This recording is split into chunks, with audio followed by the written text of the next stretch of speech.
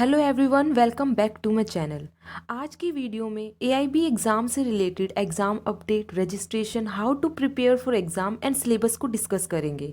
सबसे पहले तो फ्रेंड्स मैं आपको ये बता दूं कि एआईबी 16 की रजिस्ट्रेशन डेट एक्सटेंड कर दी गई है। अब आप 15 जून तक रजिस्ट्रेशन करवा सकते हैं। तो जो लोग किसी भी प्रॉब्लम की वजह से, नेटवर्क इशू हो या कोई भी प्रॉब्लम की वजह से रजिस्ट्रेशन नहीं करवा पाए थे, उनके पास एक और मौका है कि वो अब भी अपना रजिस्ट्रेशन करवा सकते हैं।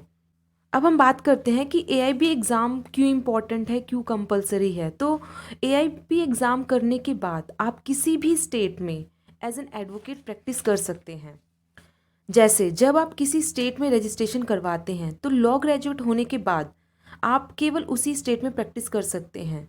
लेकिन एआईबी एग्ज़ाम क्लियर करने के बाद आप किसी भी स्टेट में प्रैक्टिस कर सकते हैं। इसका मतलब ये नहीं है कि आप स्टेट में रजिस्ट्रेशन नहीं करवाएं, क्योंकि एआईबी में रजिस्ट्रेशन के लिए सबसे पहला स्टेप ये है कि आप पहले स्टेट में रजिस्ट्रेशन करवाएं, उसके बाद ही आप एआईबी एग्ज़ाम में अपीयर हो सकते हैं।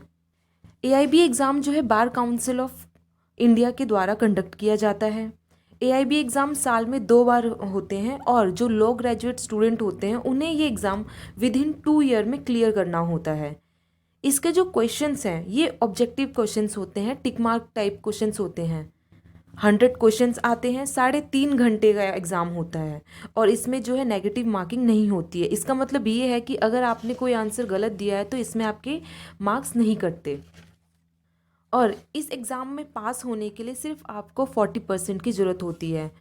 जब जब आप अपना रिज़ल्ट चेक करते हैं तो वहाँ पे सिर्फ पास ही शो होगा। इसका मतलब ये है कि चाहे आपके 40 मार्क्स आएँ या 90, इससे कोई फ़र्क नहीं पड़ता। ये एआईबी एग्ज़ाम टोटल 11 लैंग्वेजेस में कंडक्ट होते हैं। तो आपको जिस लैंग्वेज में एग्ज़ाम देना है आप वो लैंग्वेज सेलेक्ट करें, उसके बाद एग्ज़ाम में अपीयर हो जाएं। अभी एआईबी ने एक न्यू नोटिफिकेशन अनाउंस की कि बुक्स आर नॉट अलाउड। इसमें लोगों को ये लगा कि शायद से बेयर एक्ट भी अलाउड नहीं होंगे। नहीं फ्रेंड्स, बेयर एक्ट्स अलाउड हैं। नोटबुक्स, रिटन नोट्स, ये सब एआईबी में पहले अलाउड थे, लेकिन अब ये सारे अलाउड नहीं होंगे। सिर्फ और सिर्फ बेयर एक्ट्स अलाउड होंगे। बेयर एक्ट्स भी वो जिसमें एक्सप्लेनेशन नहीं होते हैं। वैसे मोस्टली जो बेयर एक्ट्स होते हैं उसमें एक्सप्लेनेशन नहीं होते हैं। तो बेयर एक्ट्स अलाउड हैं, नोट्स बुक्स और रिटर्न नोट्स वो अलाउड नहीं हैं। वैसे ये एग्ज़ाम इतना डिफ़िकल्ट नहीं होता है जितना आप दूसरों से सुनते हैं, तो इस एग्ज़ाम को लेकर ज़्यादा डरने की ज़रूरत नहीं है। लेकिन हाँ, आपको अपने बेयर एक्ट्स के बारे में पता होना चाहिए, ताकि जब आप कोई क्वेश्चंस पढ़ें तो आपको ये पता हो कि इस क्वेश्चन का आंसर किस बेयर एक्ट में है। तो सबसे पहले आप सारे जितने भी बेयर एक्ट्स हैं सिलेबस के अकॉर्डिंग, उनके इंडेक्स को ज़रूर पढ़ें, ताकि आपको ये पता हो कि ये क्वेश्चन किस बेयर एक्ट से आया है। नहीं तो फिर आप सारे एक क्वेश्चंस के लिए सारे बेयर एक्ट्स को लेकर बैठ जाओगे। इसलिए सबसे पहले जितने भी बेयर एक्ट्स हैं सिलेबस के अकॉर्डिंग, उसके अकॉर्डिंग आप सारे के सारे बेयर एक्ट्स के इंडेक्स जरूर देखें। और हाँ, लैंडमार्क्स जजमेंट जो कि बहुत ज़्यादा पूछे जाते हैं, हर एक बार आते हैं, तो लैंडमार्क्स जजमेंट को भी ज़रूर देखें। Now let's we discuss the syllabus for AIB exam.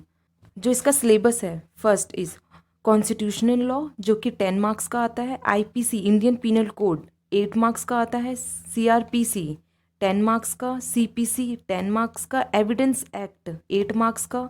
Alternative dispute act 4 marks का। फैमिली एक्ट जिसमें हिंदू एंड मुस्लिम लॉ दोनों हैं 8 मार्क्स का। PIL public interest litigation 4 marks का।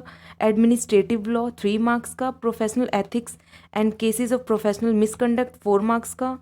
कंपनी लॉ 2 मार्क्स का। इन्वायरमेंट लॉ 2 मार्क्स का। साइबर लॉ 2 मार्क्स का। Labour and industrial law 4 marks का। Law of tort including motor vehicle and consumer protection act 5 marks का। Law related to taxation 4 marks का। Law of contract specific relief act property law 8 marks का। Negotiable instrument act, land acquisition act 2 marks का। And last one is intellectual property law 2 marks का। तो अगर आप constitution law, IPC, CrPC, CPC, evidence act अच्छे से पढ़ लेते हैं तो भी आप पास हो जाएंगे। लेकिन हाँ, एग्ज़ाम में सारे सब्जेक्ट के bare act updated bare act लेकर जरूर जाएं। और जिनके बेयर एक्ट्स नहीं हैं उनके नोट्स को ज़रूर पढ़ें। आई होप ये वीडियो आपके लिए बेनिफिशियल होगी एआईबी एग्ज़ाम से रिलेटेड इन्फॉर्मेशन के लिए। अगर आपको स्टिल कोई भी डाउट है तो आप कमेंट बॉक्स में कमेंट ज़रूर करें। And don't forget to like my video, and for more such videos subscribe to my channel and do share with all your friends.